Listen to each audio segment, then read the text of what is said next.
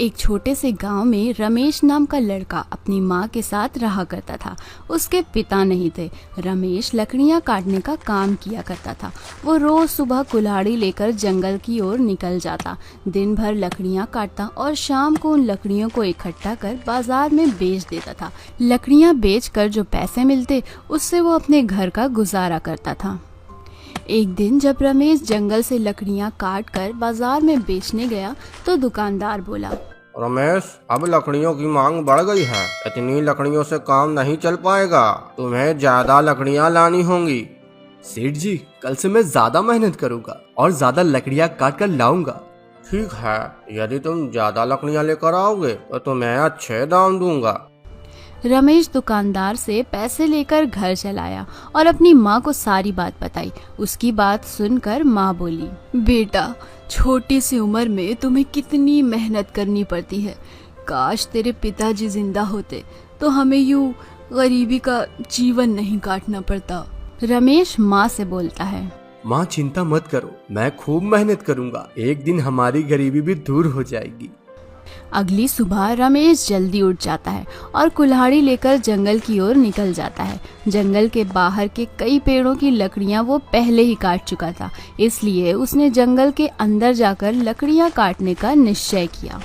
जंगल के अंदर जाने पर उसे बरगद का एक बहुत बड़ा पेड़ दिखाई पड़ा जिसमें एक बड़ा सा दरवाजा बना हुआ था। ऐसा विचित्र बरगद का पेड़ देखकर रमेश अचंभव में पड़ गया। रमेश उस पेड़ के पास जाता है और दरवाजे को धक्का देता है। देखते ही देखते वो दरवाजा खुल जाता है।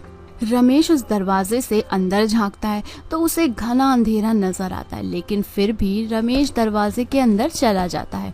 अंदर कुछ दूर अंधेरे में चलने के बाद उसे रोशनी दिखाई देने लगती है।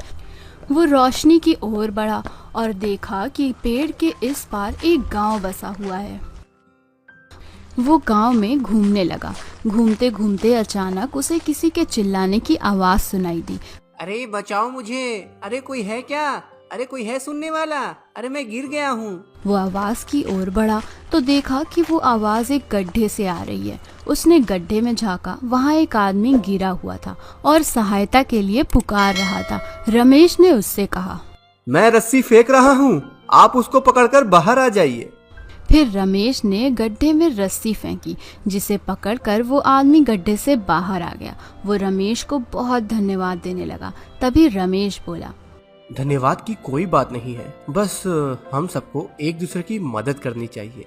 फिर उस आदमी ने रमेश से पूछा, तुम कौन हो और यहाँ कैसे आए? रमेश ने उसे बरगद के पेड़ के दरवाजे के बारे में सारी बात बता दी।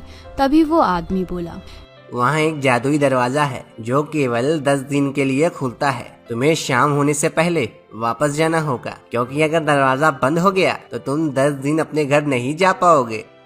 रमेश ने इस जानकारी के लिए उसका धन्यवाद किया। तभी उस आदमी ने उसे एक डंडा दिया और बोला, तुमने मेरी जान बचाई है, इसलिए ये डंडा रख लो। पर मैं इस डंडे का क्या करूँगा? ये एक जादुई डंडा है, इससे तुम जितनी लकड़ियाँ मांगोगे ये तुम्हें दे देगा। रमेश ने जादुई डंडा ले लिया और उस आदमी का धन्यवाद करते हुए आगे बढ़ गया। कुछ दूर जाने पर उसे एक बूढ़ा आदमी दिखाई पड़ा जो कुछ परेशान सा था। रमेश ने उससे पूछा, बाबा क्या हुआ? आप कुछ परेशान नजर आ रहे हैं।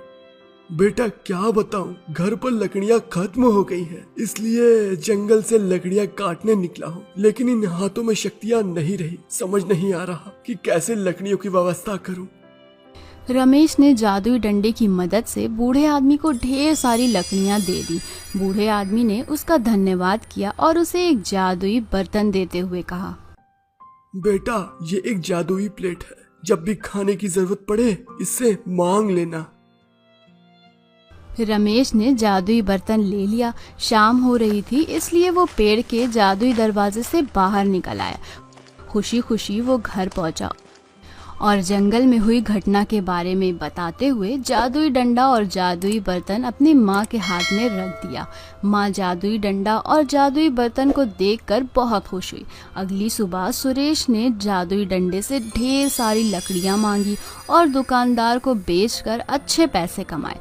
जादुई डंडा और जादुई बर्तन की मदद से धीरे धीरे उनकी गरीबी दूर हो गई और वो आनंद पूर्वक रहने लगे।